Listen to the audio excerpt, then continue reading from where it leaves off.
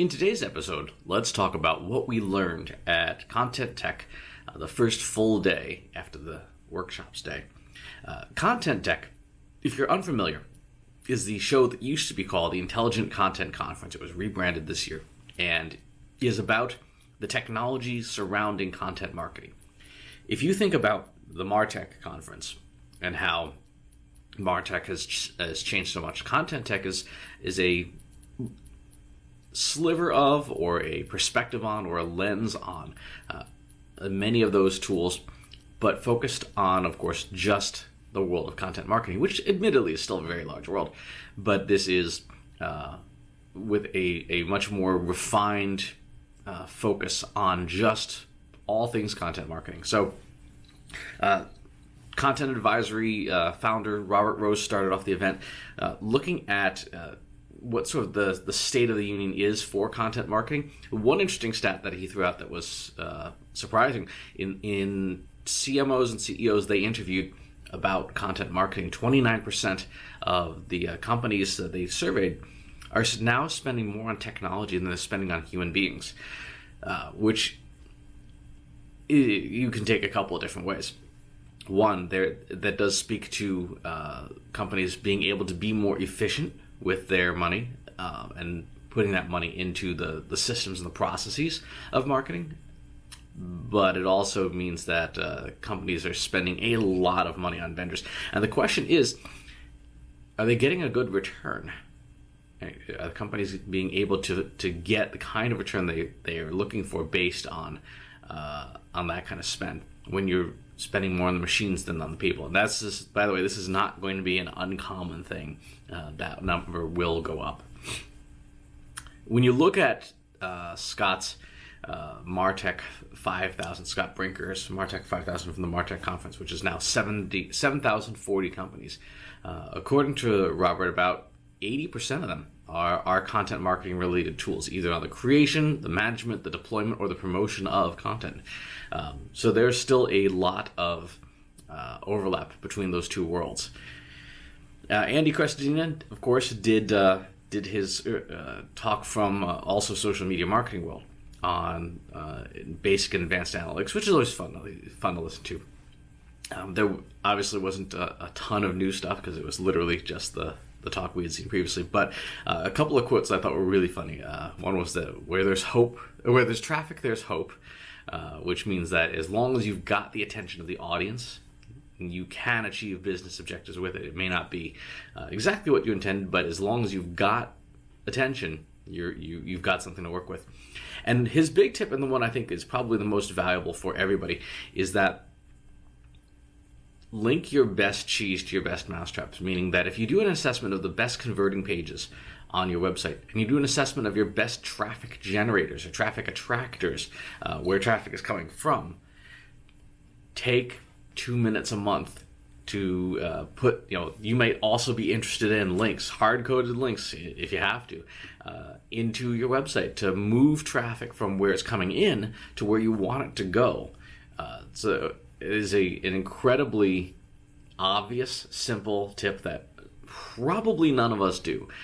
Some of us may have content marketing systems, CMSs, that do that for us, but even that, I'm not entirely sure that there are that many companies that are doing this. So that's one that I'm certainly going to deploy on the Trust Insights website and on my personal website, and something to think about too.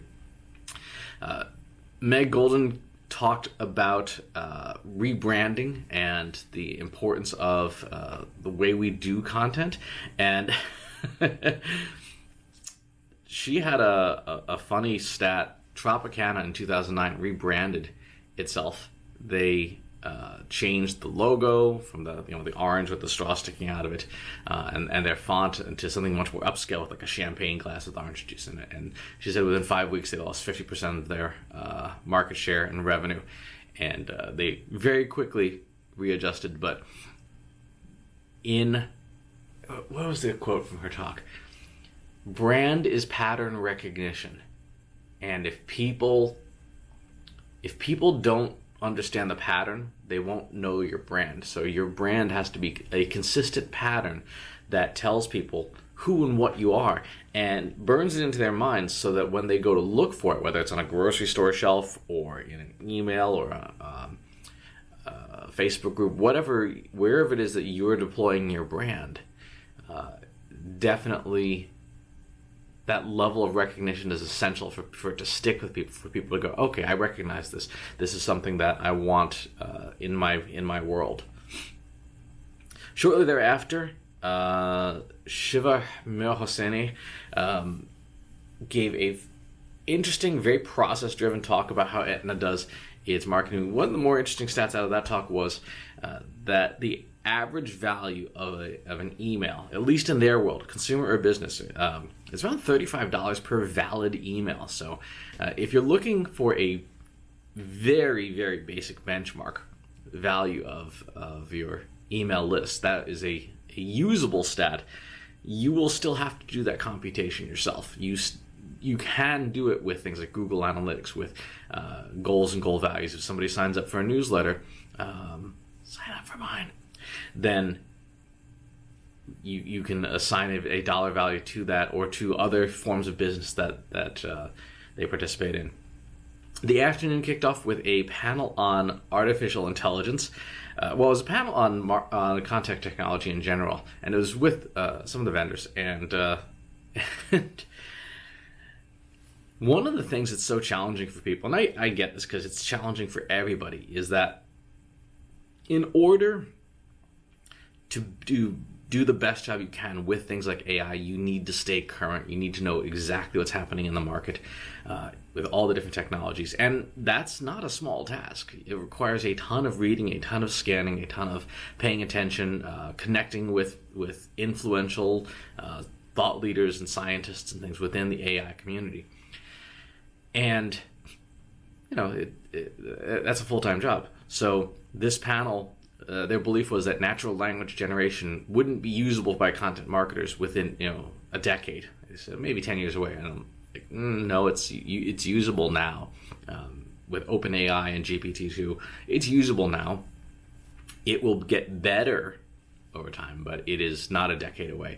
Commercial implementations are probably a year away at most, being able to just crank out 1 million blog posts at the touch of a button that are coherent, that are readable, that are okay quality. And of course, these systems will just get better as time goes on.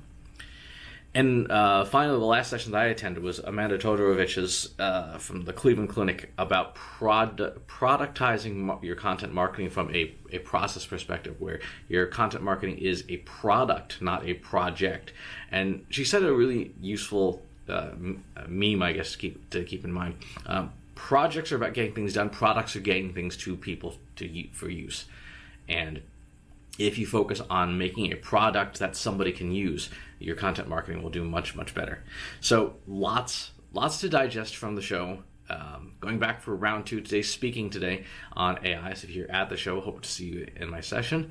If you're not, stay tuned to wherecanIgettheslides.com for the materials. And as always, please subscribe to the YouTube channel and the newsletter. I'll talk to you soon. Want help solving your company's data, analytics, and digital marketing problems? Visit trustinsights.ai today and let us know how we can help you.